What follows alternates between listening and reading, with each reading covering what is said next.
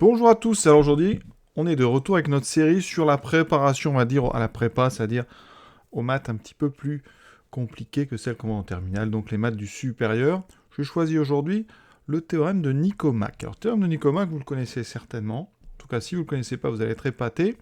C'est un théorème que j'aime beaucoup, c'est vraiment extraordinaire. On a, eh bien, quand on fait la somme des cubes, c'est-à-dire si je fais 1 plus 2 au cube, 1 au cube, plus 2 au cube, plus 3 au cube, je peux en mettre autant que je veux, eh bien ça me fera 1 plus 2 plus 3 au carré. Extraordinaire, c'est tout simple, on va vérifier, ça fait 1 plus 8 plus 27, ça fait ici 28 et 6, 36, et vous trouvez bien 6 au carré. Voilà. On va démontrer que c'est vrai, quel que soit n, c'est-à-dire jusqu'à plus 4 au cube, plus 5 au cube, etc. Donc la somme des cubes, c'est le carré de la somme des entiers. Donc ça s'appelle le théorème de Nicomaque. Et j'aime beaucoup ce théorème pour aujourd'hui 6 raisons. Parce qu'il y a 6 façons, enfin moi je connais 6 façons de le démontrer, qui sont accessibles à des élèves, on va dire, de fin de terminale. Une méthode algébrique directe, vous allez voir, qui utilise ce qu'on appelle des sommes télescopiques. C'est une bonne introduction d'ailleurs aux sommes télescopiques. Ensuite, la démonstration par récurrence que vous avez peut-être déjà fait en terminale. Ensuite, des méthodes géométriques, représentation, comme ça, on illustre ça avec des carrés. Et on tombe bien sûr somme d'un cube qui vaut le carré de la somme des entiers. Donc vous voyez, c'est assez sympa. Et après, 3 versions un petit peu plus complexes, donc avec vraiment des sommes. On va vraiment travailler le langage des sommes. En 5e, ça me donnera l'occasion de vous présenter ce qu'on appelle le binôme de Newton. Pour ceux qui ne le connaissent pas, c'est une chose vraiment en maths extraordinairement importante. Et en 6, la somme des nombres impairs, vous allez voir qu'il y a un lien très étroit avec ce théorème de Nicomaque. Donc aujourd'hui, on va rester pas simple, mais on va aller assez vite. On va commencer par les méthodes, la méthode algébrique directe, c'est-à-dire avec une formule. Alors c'est épatant. Donc on est parti, première démonstration, il y en aura 6, donc 6 vidéos. Vous choisirez les méthodes qui vous intéressent, bien sûr. On est parti. Première chose, je vais d'abord démontrer la somme des entiers de 1 à n. Alors il y a plein de versions. On les verra peut-être au travers des 6 démonstrations qu'on va faire, mais il y en a une ici qui m'intéresse, parce qu'on va faire ça avec des sommes télescopiques. Vous l'avez peut-être pas vu souvent. La chose intéressante, c'est que n fois n plus 1 sur 2, d'accord, c'est égal à donc n carré plus n sur 2. D'accord. L'idée, je vous la présente. C'est qu'on peut remarquer que si on fait k fois k plus 1 sur 2, et qu'on lui enlève k-1 fois k sur 2, et bien d'après ce que je viens de dire, ça fera quoi? K carré plus k sur 2, moins k carré moins k sur 2. Et si on réunit tout ça, et bien regardez, il reste 2k sur 2, et il reste k. Donc ça, c'est très important, je vais l'écrire. Et ça, c'est vrai, quel que soit k, il n'y a pas de problème là-dedans. Donc ici, ça va être vrai pour tout k appartenant à grand N. On a donc k fois k plus 1 sur 2, moins k-1 fois k sur 2, qui vaut k. Considérons maintenant un polynôme p tel que p de x, ça soit x que multiplie x plus 1 sur 2. Que devient ma propriété? Vous voyez, l'image de k, c'est k fois k plus 1 sur 2. Donc là, j'ai p de k. Moins, ici, vous voyez, j'ai remplacé juste k par k moins 1. Et donc, c'est p de k moins 1. Et cette différence, elle vaut toujours k. Autrement dit, pour ce polynôme, on a p de x moins p de x moins 1 qui est égal à x. Voilà. Vous verrez, on s'en servira dans une autre méthode. Mais pour l'instant, ça va nous servir à calculer la somme de k égale 0 à n dk, c'est-à-dire la somme des entiers de 0 à n. Ici, j'ai donc, dans ma parenthèse, p de k moins p de k moins 1, d'accord, puisque k, c'est p de k moins p de k moins 1. À noter que pour ce polynôme, p de 0, ça vaut 0, et p de moins 1, ça vaut aussi 0. Donc ici, je vais écrire les termes pour vous montrer ce qui va se passer. Premier terme, pour k égale 0, ça me donne p0 moins p de moins 1. Bon, ça fait 0. Ensuite, ça c'est le premier terme pour k égale 0. Pour k égale 1, p de 1 moins p de 0. Pour k égale 2, p de 2 moins P de 1, etc., etc., etc., jusque, on va mettre l'avant-dernier, donc P de n moins, donc c'est l'avant-dernier, c'est pour k égale n moins 1, donc j'aurai P de n moins 1 moins P de n moins 2, et le dernier, alors je vais décaler un petit peu, le dernier pour n, donc ça fait Pn moins Pn moins 1. Voilà. Maintenant, considérez qu'on enlève toutes les parenthèses. Vous aurez P de 0 moins P de moins 1, plus P de 1 moins P de 0, plus P de 2 moins P de 1, etc., etc. P de n moins 1 moins P de n moins 2, plus P de n moins P de n moins 1. Eh bien, regardez bien ce qui se passe. C'est vraiment très intéressant. Ici, P de 0 s'annule. P de 1 s'annule. P de 2 va s'annuler avec ce suivant. Et en fait, quasiment tous les termes s'annulent 2 à 2. Les seuls qui ne s'annuleront pas, ça va être le premier de la soustraction ici, P de moins 1, qui vaut 0 en fait.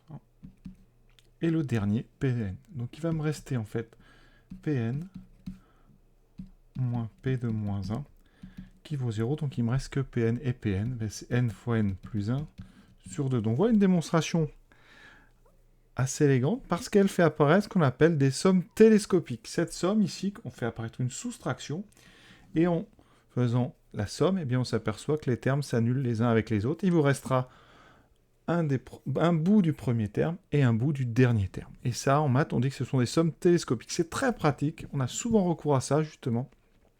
Et donc, c'est une démonstration qui n'est pas la plus rapide, évidemment, mais ça va me permettre de vous montrer comment on fait la somme des cubes avec cette même idée de somme télescopique.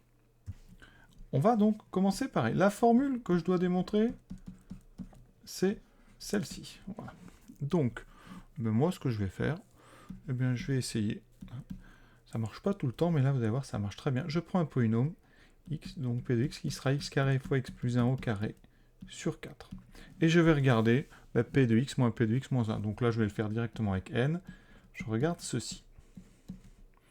Voilà. Ensuite, je fais n moins 1 plus 1, ça fera n carré, ici, sur 4. Je vais regarder combien ça fait.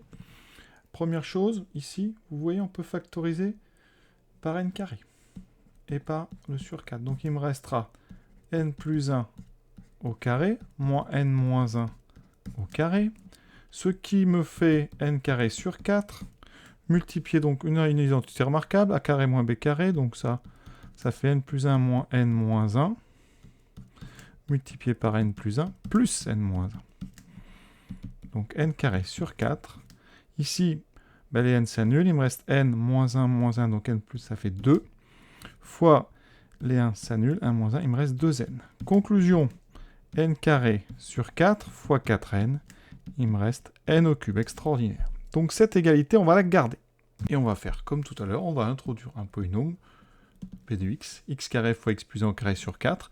Et ici, mon égalité, qu'est-ce qu'elle démontre? Elle démontre que Pn moins Pn moins 1 est égal à n au cube. Encore une fois, vous pouvez vérifier que P de 0, ça fait 0, et que P de moins 1, ça fait aussi 0. Donc, on arrive sur ma somme, sur la somme des n au cube. Donc, somme des k cubes de k allant de 0 à n. Je remplace k cube, donc, par ma soustraction, c'est-à-dire Pn moins Pn moins 1. En faisant ça, vous voyez, je forme une somme télescopique. Donc, tout va s'annuler comme tout à l'heure. Il va me rester quoi? Dans le dernier terme, j'aurai Pn qui est tout seul. Et dans le premier terme, j'aurai P de moins 1. Alors, si vous voulez pas P moins 1, vous pouvez ici prendre la somme de 1 à n. De toute façon, 0 au cube, ça fait 0. Donc, en prenant la somme de 1 à n, vous auriez ici jusqu'à P de 0, ce qui ne change rien, puisque P0 vaut 0 aussi.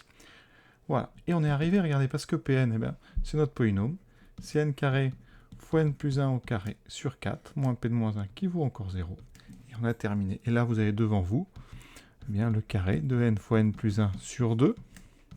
On vient de démontrer que c'était la somme des entiers. Donc, vous voyez, avec deux petites sommes télescopiques, on vient de montrer que la somme des cubes, c'était le carré de la somme des entiers. Voilà. Très belle démonstration, moi je trouve, en tout cas. Et ça permet de bien introduire ces sommes télescopiques qu'on utilise très régulièrement, en fait, quand on fait des maths après le bac. Voilà. Voilà. Et en petit bonus, avant de vous laisser, regardez ce que ça donne pour la somme des k carrés. Je vous donne la formule. On pourrait démontrer ça par récurrence de plein de manières. Mais ici, on va réutiliser ces sommes télescopiques. Donc, j'introduis le polynôme p de x, donc 1/6 de x fois x plus 1 fois 2x plus 1. Et je vais calculer p de n moins p de n moins 1. Qu'est-ce que ça me donne? Donc 1/6 de n plus 1, 2n plus 1, moins 1/6 de, donc, n moins 1, n moins 1 plus 1, donc n, et ensuite 2n moins 1 plus 1, ce qui fera donc 2n moins 2 plus 1, 2n moins 1. Ici, on factorise tout de suite par 1/6 déjà et par n. On a n, il me reste donc, il me restera ici n plus 1 fois 2n plus 1. Ensuite, moins n moins 1 fois 2n moins 1. On va tout développer tranquillement. Donc 1/6 de n fois donc 2n2 plus n plus 2n plus 1 moins 2n2 moins n moins 2n plus 1. Qu'est-ce qui me reste dans les parenthèses? Alors, 2n2, les n2 s'annulent, vous voyez. Ensuite, dn, j'en ai 1, 3, 4, 5, 6. J'ai 6n.